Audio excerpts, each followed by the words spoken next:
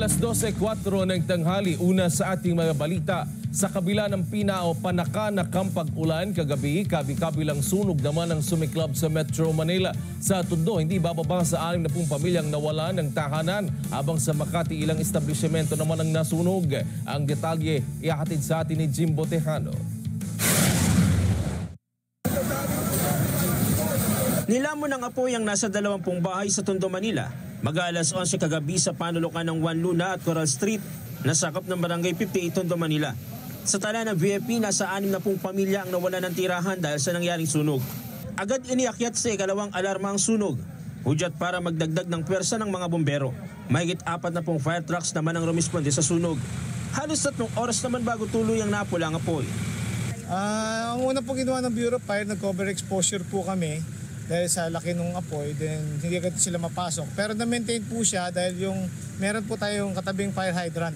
So na-maintain po siya, nahabol po siya, hindi siya lumagpas, hindi po siya lalo lumaki.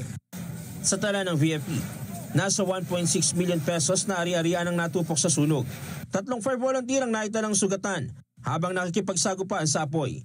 Naalam pang sanhi ng sunog. Samantala, kasabay ng panakanakang pag-ulan kaninang madaling araw, isang sunog din ang sumiklab sa Barrio Bisaya, Corner Kalayaan Avenue sa Makati City. Kabilang sa nadamay ang isang pagawaan ng motor, kainan at ang sinasabing paupahan. Alas 2:05 nang iakyat sa ikalawang alarma ang sunog. Tuluyan namang naapulan ng mga bombero ang sunog bandang alas 2:27 ng umaga. May naiwan na isa, yun siya yung nakakita ng usok. Sa humingi na siya ng tulong sa ibang tao dito sa labas. Business namin, business ko yan, motor shop yan. Dalawa kami may partner dyan para dyan. So ito na nangyayari, sunog na lahat yung pinaghirapan namin. Inaalam pa ng VFP ang sani at danyo sa nangyaring sunog. Jim Tejano, para sa mata ng Agila. Matatag, matapang, matapat. Kabi-kabilang sunog din ang nangyari nitong weekend sa Antipolo at Parañaque City ayon po sa Bureau of Fire Protection.